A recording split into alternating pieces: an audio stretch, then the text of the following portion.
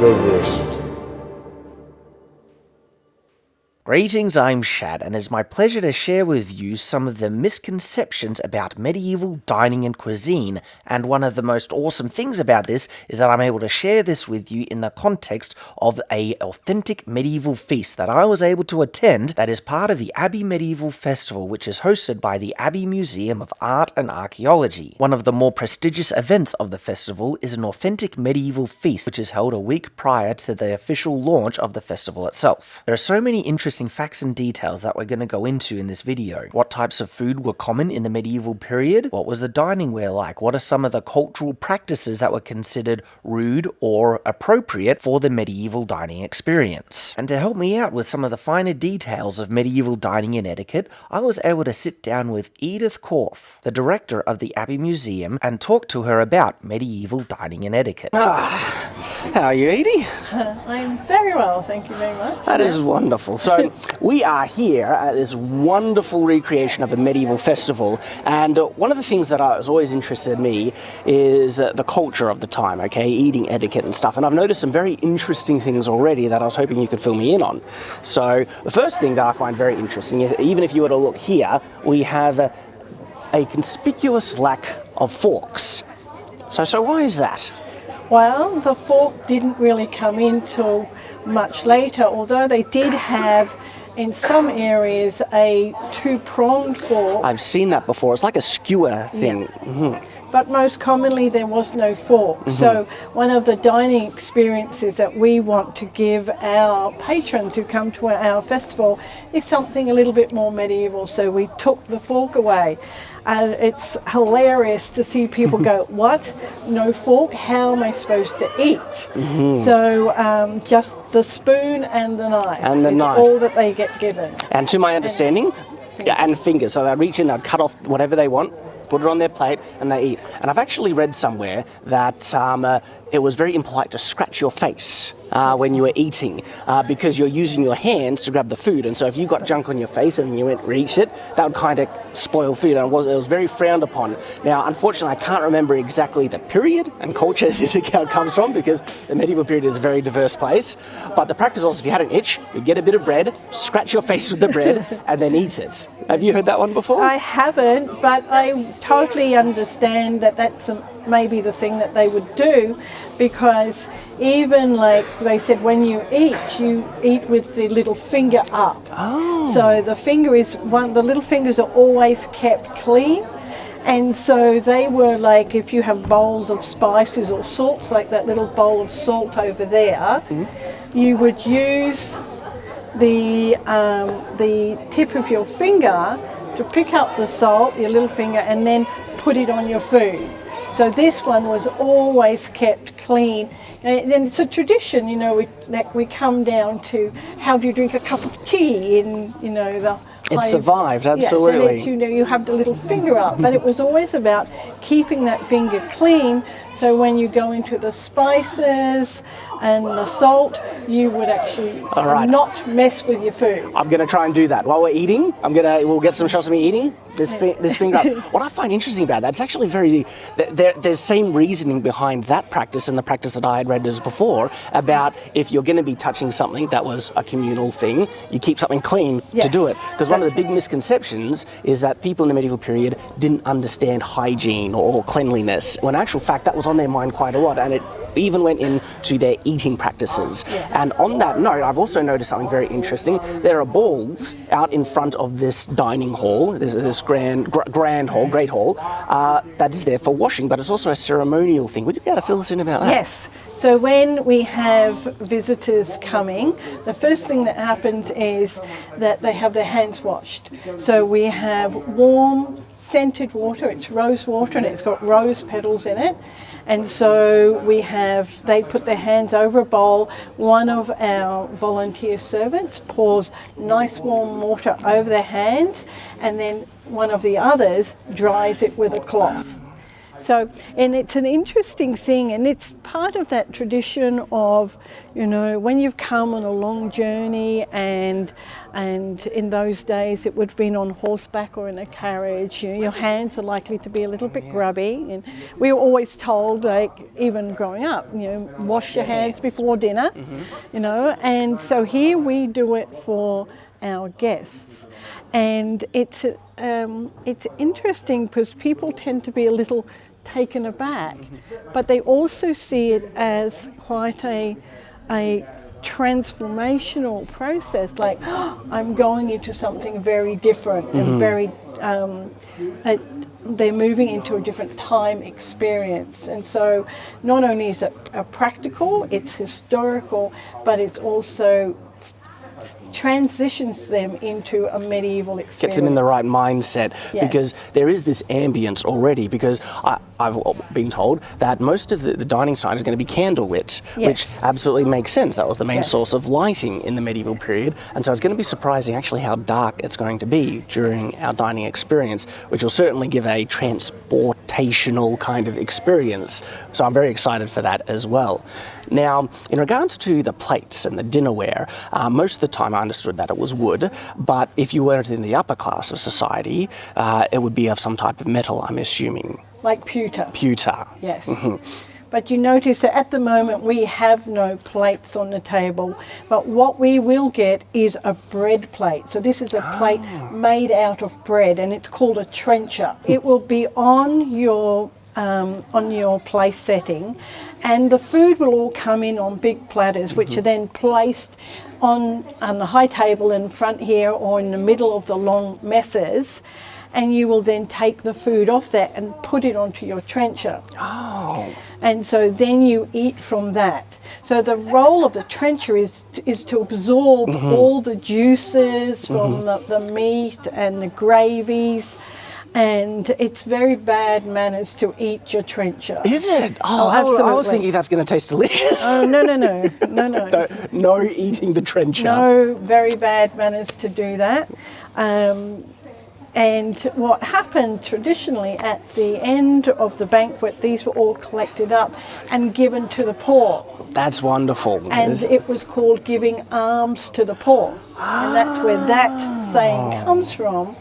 And because it was rich with all these gravies and juices, so it was actually quite healthy. Yeah, absolutely. Now, these large feasts were one of the big events of medieval life. And one of the ideas that I get people saying to me is like, their lives must have been so boring. What do they do and stuff? What do they do for entertainment? Well, this is a classic example of one of the things they did, and it was an absolute, I was going to say circus, but it's a wild time. What type of entertainment are we going to be seeing during the tonight's?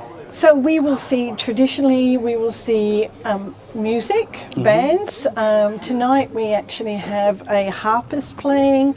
We also have a Turkish performer. He's got some dancers who will be performing with them as well, and they're playing drums. We have a fire display, so we have some traditional fire twirlers who do a very spectacular display. And we like to get the audience up, or the guests up, dancing as well. So we try to do some medieval dancing, and then our steward of the hall normally leads some guests in some form of morality play, which was a big part of the Middle Ages, because of course the church played an important role. And so plays were normally based around some sort of morality tale. Sometimes they can be a little bit on the bawdy side, but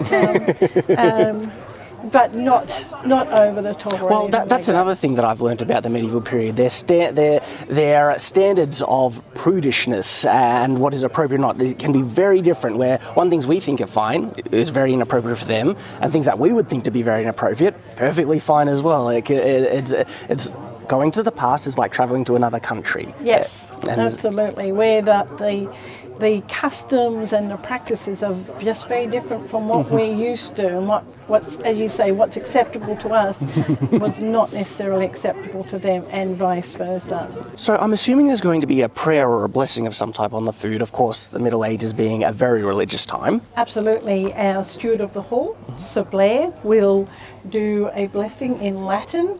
Latin. Wow. That's sorry. That's going to be great because Latin sounds amazing when you hear it. So Yes. So he starts with a prayer, and we also end the evening with a grace or prayer, which kind of indicates that the feast is over, and that's before the high table, the people who sit up here, process down and leave, which is the indication to all the plebs out there. that was actually going to be my next question. A couple of related questions. The first one is, so what does it take to get up here on the high table? Just so I know for next year.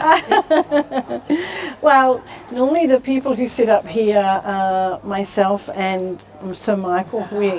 We play the role of the Lord and Lady of Abbey, and guests that we have up here can be the local politicians. Okay. I can understand the logic behind that. But also some of our sponsors also attend, and it's part of that we're trying to encourage people to recognise what the festival does and the value it has, so they can value add by sharing their experience. Banquets were held to impress other nobles. Yeah, a sign of wealth. It was a sign of wealth, and it was like, come along, see how generous I am, how wealthy I am, that I can have this big spread of food. I'm so magnanimous. Look at what I'm giving away. And then I can give away food at the end to the poor, because, you know, from the bottom of my heart, it's a generous thing to do. And so how often would they hold banquets? Because there's one, because obviously they're a big expense and they're very extravagant, and so would one lord be looking at a banquet twice a year, once a month?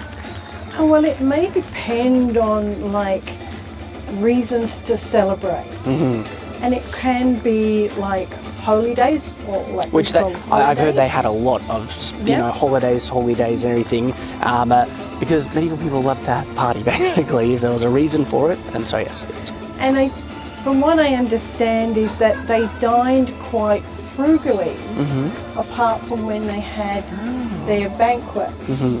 So the banquets was when they ate a lot of meats, things like this, whereas their common fare was more frugal even the variety than what we have today. Yeah, which comes up to the next subject I want to talk about, is the type of cuisine we'll be looking at tonight.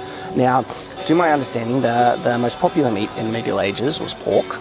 Okay, and then they had some variants as well. But one of the interesting things about beef is that if you were to slaughter a cow, you get a lot of meat from that, and it's very hard to store it. And so would this be a situation where you'd see more beef because there's a lot of mouths to feed, or?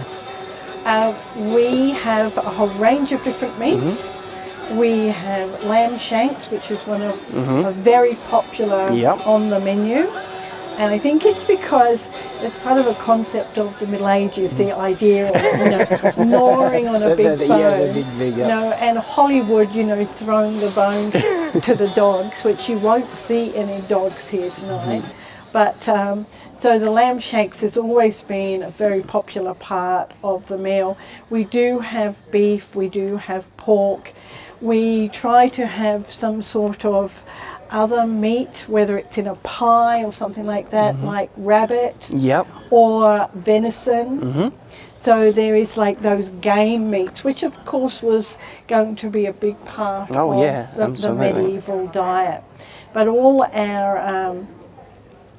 our foods that we offer, we have researched back and we look to see what sort of things that they were eating. So there are certain things that you will not see at a Abbey medieval banquet, like potatoes. Of course, they're not medieval, they were discovered much later. So you won't have eggplant and anything from that whole tomato family. It's just not going to be happening on our feast. So what we have here, we have glassware, of course, for our drinking utensils. Now, there wouldn't have been glassware for drinking in the medieval period. Or, there would have been in some places, but that's in the very wealthy, because glass was quite rare. But obviously for health and safety reasons or things like that, we have to use glass. And of course, so if we were to go through a list, of course there would be the most basic, which would be wooden, and then you would go into some metal type things, pewter, as you mentioned before. What about the classic kind of idea of the drinking horn? How common was that in reality? Well, I think it was quite common, but particularly in the early medieval time period. So as you went later into the Middle Ages, then you got more into the wooden cups and the pewter, and then moving into glass as it became more readily available. But for the most part, Vikings and moving east in that transitional time, everyone had their drinking horn. Yep. It's a classic. What about the pint? That's basically a really big wooden mug, basically. The tankard. The tankard. You know, and absolutely, you know, but not necessarily maybe at a banquet, but the tankards, which were pottery, which was of course another one. Pottery. Which was of course. Very big, and they had a range of different shaped pottery. But also the tankard, which would with the handle, but some of them didn't have handles. Now, I don't drink alcohol, but I know there are, of course, fine drinks is a big, feature of the events as well. And so, what type of drinks will people be seeing tonight as well? So, a whole range of ales, and some of them we have had specially made. For us, and we have the Abbey Ale. The Abbey Ale. The Abbey Ale. So you got your own brand. Yeah. That's well, it's interestingly because in the medieval period, the monks did brew like in abbeys and monasteries and stuff. They were centres of industry, and they would pump out fine wines, ale. But not only that, that food, produce wool. Number of things. Yep. So ales, ciders. Yeah. So pear and apple cider, and also mead, and every guest gets a complimentary glass of mulled wine. There you go. And that's warm, so it's a hot wine, and which of course it's very spicy. It's very Christmassy because it's filled with cinnamon and cloves and a whole range of different spices, nutmeg, and it's just warm. So on a cold night, which isn't really very cold here tonight, but it's just really quite warming. I'll have to give you mine. Don't get smashed. No, I'm not a drinker, but I actually don't mind a little bit of mulled wine.